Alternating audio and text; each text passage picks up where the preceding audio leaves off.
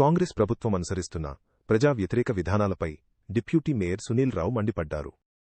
ముఖ్యంగా నగరంలో అభివృద్ధి పనులు కుంటుపడ్డాయని, పెండింగ్ ప్రాజెక్టులను పూర్తి చేయడంలో ప్రభుత్వం విఫలమైందని ఆరోపించారు. రాజకీయ కక్ష సాధింపు చర్యలు మానుకుని ప్రజలకు ఇచ్చిన హామీలను నెరవేర్చాలని డిమాండ్ చేశారు.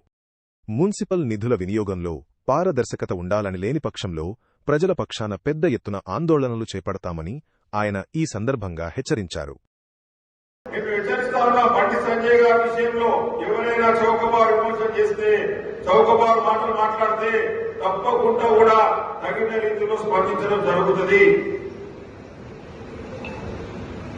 ఈ రోజు కౌశిక్ రెడ్డి గారు ఇచ్చిన సవాల్కు మేము సిద్ధంగా ఉన్నాం. బండి సంజయ్ గారి పక్షాన చెప్తా ఉన్నాం. ఈ రోజు ఎక్కడంటే అక్కడికి, ఏ టెస్ట్ కంటే ఆ టెస్టుకు కుటుంబ సభ్యులతో సహా డ్రగ్ టెస్ట్ కావచ్చు, ఏ టెస్ట్ కైనా కూడా సిద్ధంగా ఉన్నారు. మరి మీరు ఈరోజు కేటీఆర్ గారు పేరు తీసుకొని మీరు మాట్లాడారు.